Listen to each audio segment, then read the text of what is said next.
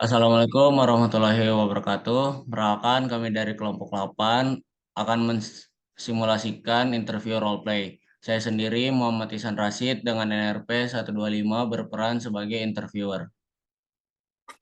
Perkenalkan, nama saya Skieva Cantika dengan NRP 132 berperan sebagai interviewer. Perkenalkan, saya Tiara Putri Yanto, NRP 077, berperan sebagai interviewee. Perkenalkan, nama saya Nikolai Radian, NRP 130, berperan sebagai interviewee. Perkenalkan, nama saya Florina dengan NRP 075 berperan sebagai interview. Perkenalkan nama saya Muhammad Ihsan Rashid dan rekan saya Yaskieva Cantika yang akan menginterview kalian pada kesempatan kali ini. Mungkin untuk peserta interview boleh perkenalan dan menyebutkan kelebihan serta kekurangannya dimulai dari Tiara. Baik, terima kasih kesempatannya. Jadi perkenalkan, nama saya itu Tiara Putri Yanto. Saya adalah mahasiswa program studi matematika di Untan. Dan salah satu kelebihan saya itu kemampuan saya dalam berkomunikasi dan bekerja dalam organisasi.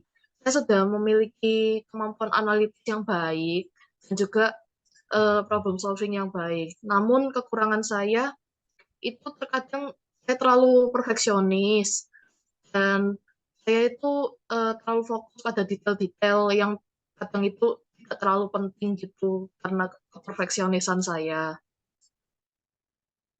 Begitu dari saya. Oke, terima kasih. Mungkin selanjutnya Nicola bisa menjawab, waktu dan tempat dipersilahkan. Baik, terima kasih atas pertanyaan yang telah diberikan. Perkenalkan, nama saya Nikolai Radian dari Departemen Matematika dari Untan. Untuk kelebihan saya sendiri yaitu termasuk kemampuan untuk memberikan informasi yang akurat serta time management yang bagus. Serta untuk kelemahan saya itu bahwa saya kurang dalam atau teliti atau detail dalam memperhatikan hal-hal yang sekiranya perlu untuk diperhatikan. Oke, terima kasih Nicola. Selanjutnya sebagai kandidat terakhir, Flo bisa menyampaikan jawabannya. Waktu dan tempat dipersilahkan.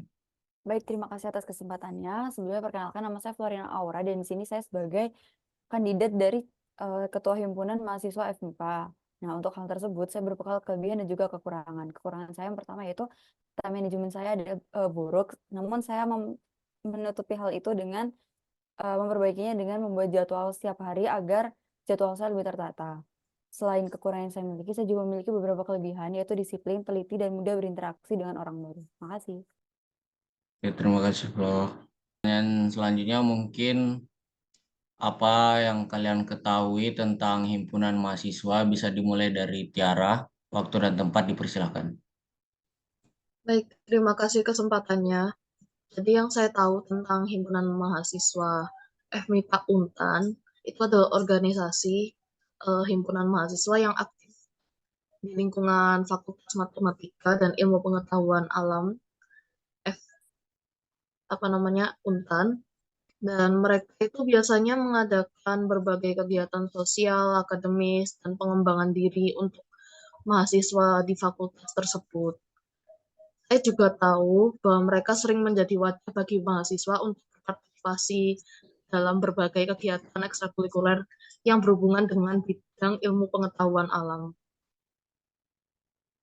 Oke, terima kasih jawabannya. Mungkin selanjutnya bisa dilanjut oleh Nicola. Waktu dan tempat dipersilahkan. Baik, terima kasih atas pertanyaan yang telah diberikan.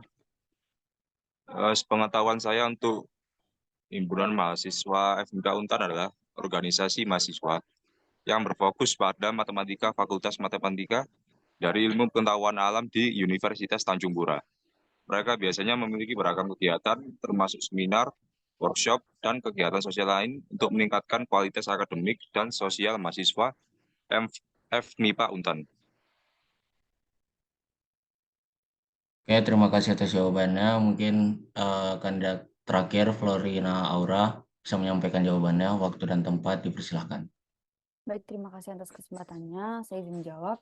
Sebuah himpunan mahasiswa matematika yang dapat menjadi wadah untuk mengembangkan soft skill dan juga hard skill dari anggota dari himpunan mahasiswa FMIPA tersebut, serta memiliki beberapa program kerja demi memajukan anggota serta himpunannya. Terima kasih. Ya, terima kasih. Oke, pertanyaan selanjutnya akan aku ambil alih. Jadi pertanyaannya adalah, semisal kalian menjadi ketua himpunan, bagaimana kalian akan menghadapi kesulitan yang mungkin akan muncul dalam lingkungan organisasi maupun lingkungan kampus? Florina, silahkan dijawab duluan.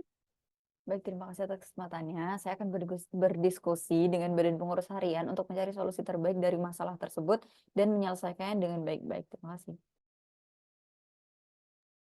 Oke, selanjutnya Nicola bisa dijawab. Baik, terima kasih atas pertanyaan yang telah diberikan. Jika saya akan menjadi ketua himpunan, saya akan menghadapi kesulitan yang mungkin muncul dengan pendekatan yang proaktif dan terbuka. Saya akan memastikan komunikasi yang efektif antara anggota dan membangun kerjasama yang kuat di antara mereka.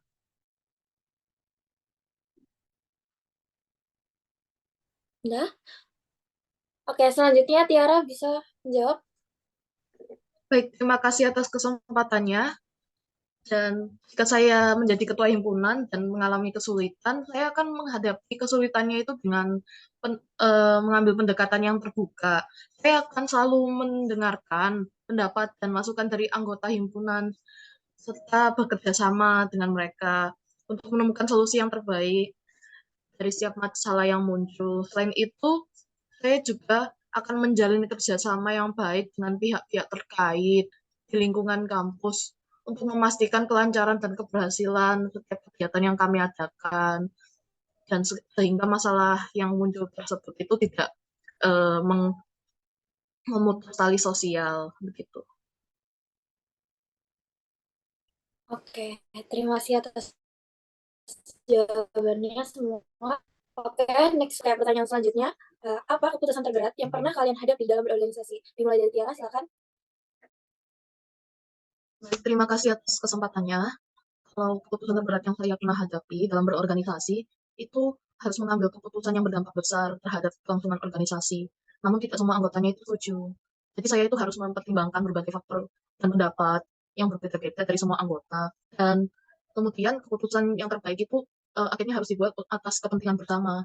Jadi meskipun sulit, saya itu belajar bahwa kadang-kadang sebagai pemimpin kita itu harus mengambil keputusan yang tidak terlalu populer namun penting untuk mencapai tujuan bersama. Oke, terima kasih atas jawabannya. Florina, silahkan.